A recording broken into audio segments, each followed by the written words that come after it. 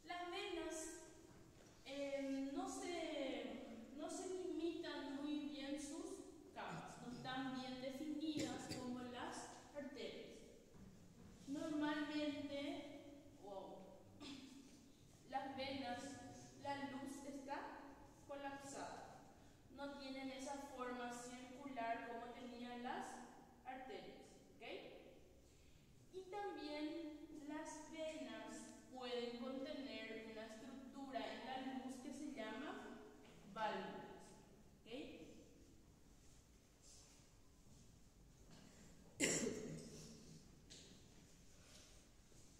Bueno, tenemos vena grande, vena mediana y vénulas. Las venas grandes tienen tres capas: túnica íntima, media, adventicia. Túnica íntima, endotelio, lámina basal, un tejido conectivo endotelial donde va a tener algunas fibras del músculo liso. Luego tenemos una túnica media, que es esta que observamos así, mucho más delgada que las arterias. Y luego tenemos lo que sería nuestra adventicia. En las venas grandes, en la túnica adventicia, yo voy a encontrar fibras musculares en disposición longitudinal. En la túnica media yo encuentro fibras musculares que están dispuestas circunferencialmente, ¿ok? En forma circular. En la adventicia yo encuentro en forma longitudinal, ¿ok? Entonces, si yo observo una vena que tiene músculo en la adventicia, abundante músculo en la adventicia, es una vena grande, ¿ok?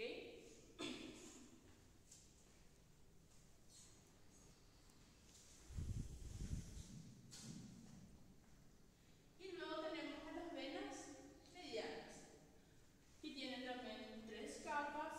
Siempre la túnica adventicia va a ser más grande en las venas, pero ¿cuál es la diferencia con una vena grande? Es que yo no encuentro en toda la túnica adventicia fibras musculares en disposición longitudinal. Puedo encontrar algunas que van a estar aisladas, como no puedo encontrar. Entonces no es una referencia muy grande decir que tiene fibras musculares en disposición longitudinal, ¿ok? Pero sí tiene tres capas: una túnica íntima, una túnica media que va a tener algunas fibras musculares y una túnica adventicia.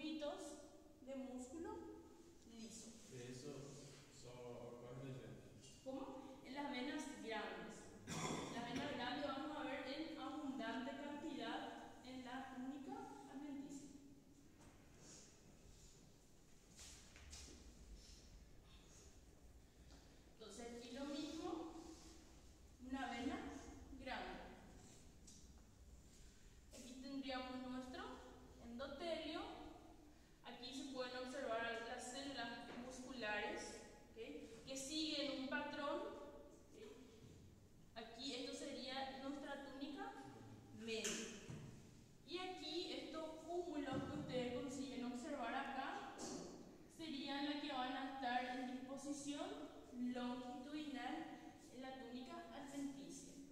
Estos serían los fascículos de músculo liso en la túnica adventicia. Vena grande. Si ustedes observan esto en una lámina, no tienen que dudar que es una vena grande, porque en ellas es donde nosotros vamos a encontrar esas características. Las venas medianas pueden tenerle aquí por ejemplo en este corte podríamos observar de 1 a 2 como máximo.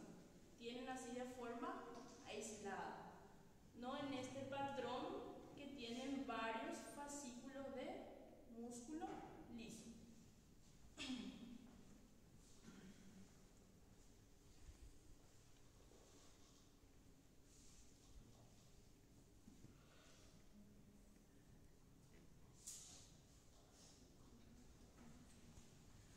Bueno, después tenemos lo que sería nuestra vena mediana.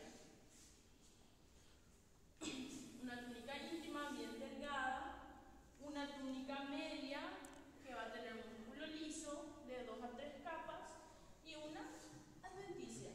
La adventicia siempre va a ser mayor. La luz de las venas siempre es más grande que el de las arterias.